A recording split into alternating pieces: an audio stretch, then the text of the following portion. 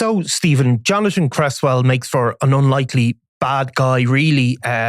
He doesn't look the part. I remember when he first started appearing in the Sunday World, a kind of chubby-looking, posh, equestrian background. But despite all of that, his evil deeds are absolutely beyond question. So just tell us a bit about Jonathan Creswell and what he has become infamous for, I suppose. Well, I mean, it's funny. I mean, people are aware of what he's famous for now. Obviously, is the murder trial and rape trial of Katie Simpson. Jonathan was a famous show jump for Ireland, who originated from Greysteel. But I was actually writing about this guy back in 2009. We were covering court cases when he first appeared for a horrendous abuse case of a previous girlfriend who's since made herself public, called Abby Lyle. So, I mean, I was aware of him all those years ago. When this came up a couple of years ago, I knew it was going to be a huge story because the whole horsey angle to it. I knew that he had so many links to so many women. He'd been accused of so many things and been getting away with it for years. And nobody could understand why. But I don't know if any of us really expected this to happen. Yeah, because of course, Stephen, what did happen was he was ultimately charged with the murder and rape of Katie Simpson, and a former lover. And I mean, even you could argue even the police didn't expect it because initially her death was judged to be as a result of suicide and no charges were brought, which is also kind of another separate scandal, I suppose, for the police up the north. But really, what happened on the night we now know on the night she died? Well, we know, but the truth is we don't fully know what happened. And there's about 8 hours missing from when they are in when he basically. Jonathan Creswell was extremely jealous. He'd found out that Katie had started a relationship with another man involved in the equestrian industry who they knew in the Derry area. And she had spent the night with this guy. And Katie was terrified of Jonathan Creswell, who'd been controlling her since she was 9 or 10 years old. It was claimed in court. Jonathan was going to give her a hiding, basically, once he got a tip off that she'd spent the night with another man, which seems bizarre because Jonathan was in a relationship with Katie's sister Christina and had 2 children, and they all lived in the same house. But that aside, Jonathan made sure he got Katie on his own the night before she died, or the night before he killed her. She didn't die she spent 6 days in hospital, but she was effectively killed her on that night, and in the early hours of that following morning. He picked her up after a show, bundled her in a horse truck, and drove her across the border, assaulting her as he went.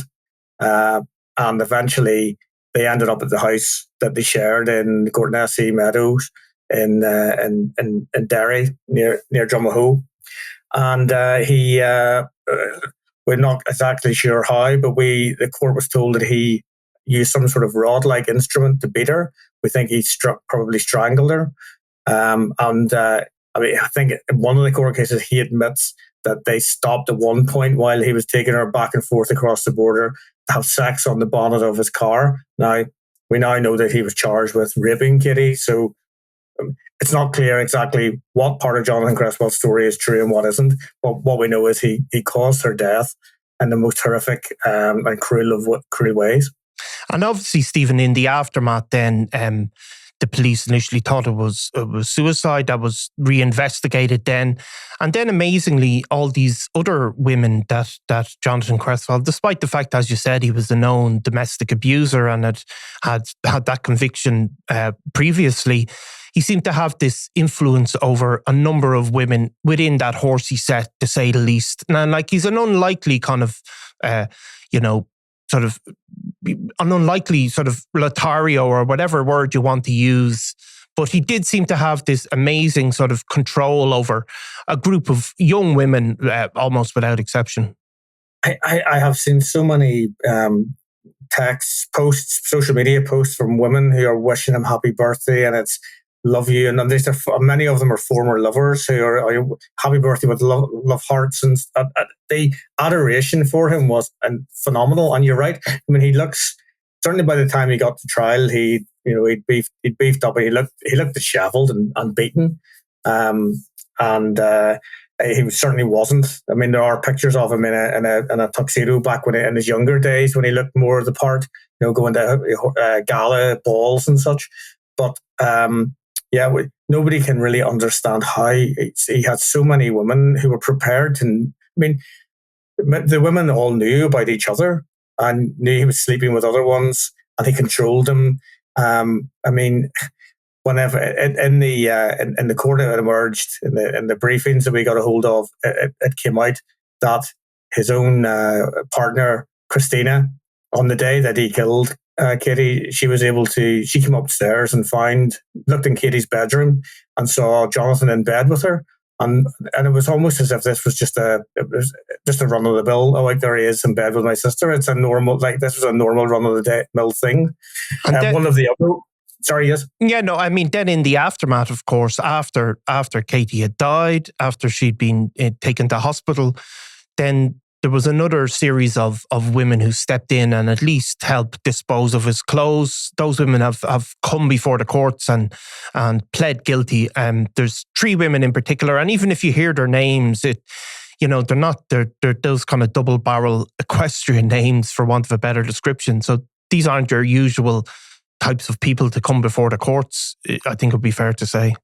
No, you have a Rose de Montmorency Wright, who's a 22-year-old successful equestrian who also lived in Creswell's house with Christina and Katie.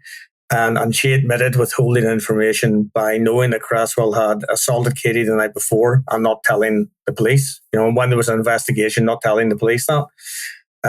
One of the other women, Hayley Robb, admitted withholding information, perverting the course of justice. She cleaned blood in the house, and then went and took his clothes to a laundrette many miles away in Fintona, County Tyrone, to wash them. And what was interesting about Hayley Robb was when she was in the briefings, it said she was coming to meet Creswell that day. He was on the phone. He kept her on the phone for it deliberately. She told the police she was going to meet him on the impression that they were going to have sexual intercourse. And the third woman is a Jill Robinson, who also helped by washing the clothes. Then they've all admitted that. They were due to be sentenced today, but they are going to be sentenced in the next couple of weeks. Obviously, their case changes to an extent because Jonathan Creswell, I think was it the opening statements were made in his murder trial and his rape trial, and then of course the next day we get the news that he's died as a result of taking his own life. We did hear that opening statement. I think it went right the way up till then before he passed away. Yes, I think the prosecution managed to make their case of what they believe happened and how he had committed the murder of Katie. We didn't hear the opening statement from.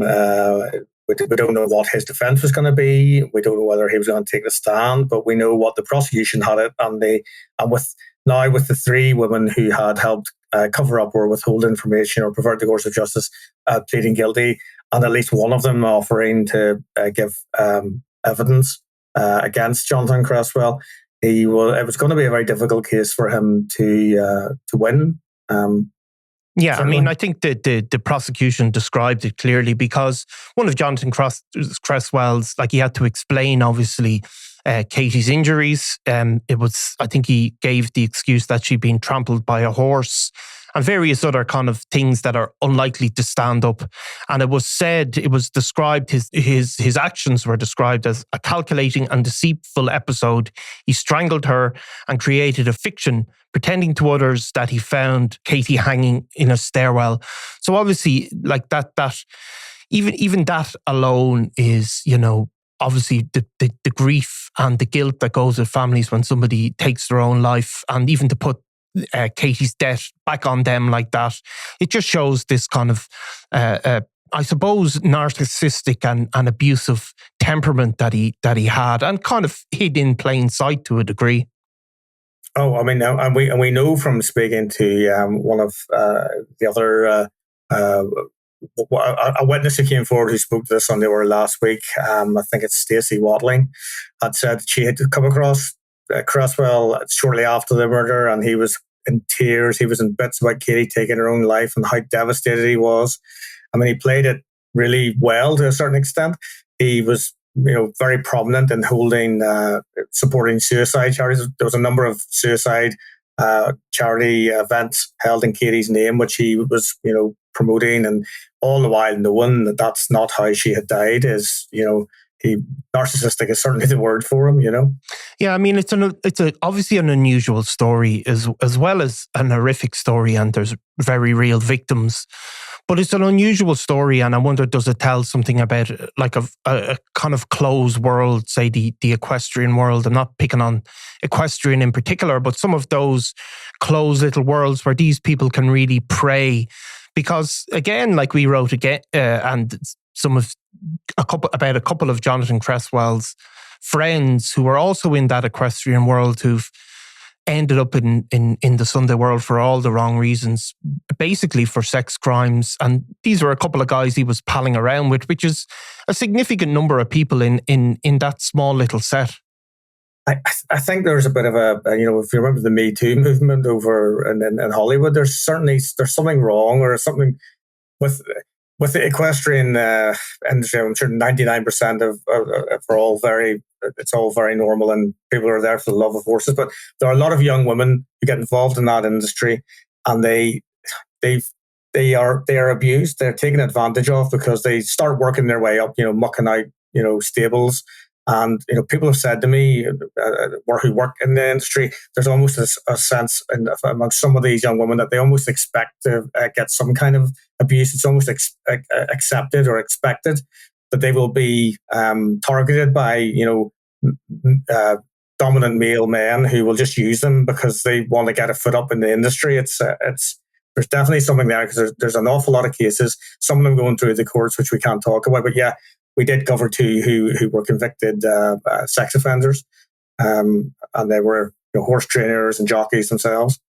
So on this weekend, Stephen, we also have, Jonathan Creswell's obviously been buried. We saw that it wasn't a hero send-off, to say the least. There was only a couple of people turned up, and he's buried in a very low-key cemetery or low-key service. But it's emerged this weekend as well, that even from beyond the grave, he's sort of writing letters and refusing to take responsibility and trying to lay blame on his victims once again. Yeah, there's a couple of strands we're looking at. We are hearing, and I've had it from a number of sources, that he left a note, which has been described as, it was so lengthy that it was described as a mini biography or autobiography. And then rather than taking responsibility and issuing apologies, he's actually gone the other way and is blaming all the women in his life for his downfall. And then in some instances, implicating people, blaming people for Katie's death, and he's causing a lot of trouble. Even now he's dead. Even in the grave that he's in, he has upset people because nobody thought he was going to be buried there. They thought he'd be buried in another cemetery with relatives, but he's been buried there in this cemetery on the waterside. And I know there is a lot of disquiet for people who have relatives very close by to him when they come to tend their graves, that they're having to be confronted by him and what he did. So there's a lot of disquiet about an unhappiness that he was put there at all. And in terms of the investigation, obviously the fact that it was judged to be a suicide is an obvious police error, as we know now. Does that rumble on, or is there come to a conclusion yet? Or no, that rumbles on and on. That's definitely not finished. I mean, when you look at look at the evidence that the police had at the time. The alarm bells, it's alarm bells, even if you want to call it evidence, but alarm bells should have been ringing when this guy appears, claims to have taken Katie down, found her hanging, taken her down, and then carried her into the car and drove her to the hospital. Now, when the police arrived halfway, he stops off to try and claims to give CPR, which he isn't doing. They've been able to tell what he was actually doing was turning her phone on, her airplane mode back on, because he turned her phone off. He'd taken control of her phone the day before, so nobody could find her or contact her, and she couldn't contact anybody. So I mean that obviously has been looked at, is it, by the ombudsman or? Oh yeah, yes, the ombudsman. I mean, I think there has already been one investigation. There's another investigation. I mean, this will go on. There has to come out as to why the police treated this, because it wasn't. You had people who were friends of Katie's telling the police as early as the day after she went into hospital. So she's still alive at this point. They're telling the police, like, this guy has form. He's done this kind of thing before. He strangled a girl. He left her. Obviously, they were making reference to Abby Lyle. He has a terrible history. We don't believe this is suicide. The other major part is, and this came out, I think, already. The police said that when they first met him at the car where he was, the paramedics met him. By the time he got to the hospital, shortly after, he changed his clothes. And the body worn footage shows that he'd made a change of clothes. And the clothes obviously were then taken off to be washed. I mean, how the police didn't see that there's something wrong here is something that has to be answered, I think, that people need to know. Yeah, look, it's an incredible story, and it has those kind of, almost bizarre elements, but it's always important to remember that a young girl lost her life in absolutely brutal circumstances. So no doubt it's something we'll come back to, Stephen, as we find how the police answer the questions that they have to ask. So thanks very much for coming in, Stephen. No problem. Cheers. I'm Nicola Tallant, and you're watching Crime World, a podcast about criminals, drugs and the underworld in Ireland and across the globe. Make sure you subscribe to our channel and turn on notifications so you can be the first to watch all our latest episodes. You can also listen wherever you get your podcasts.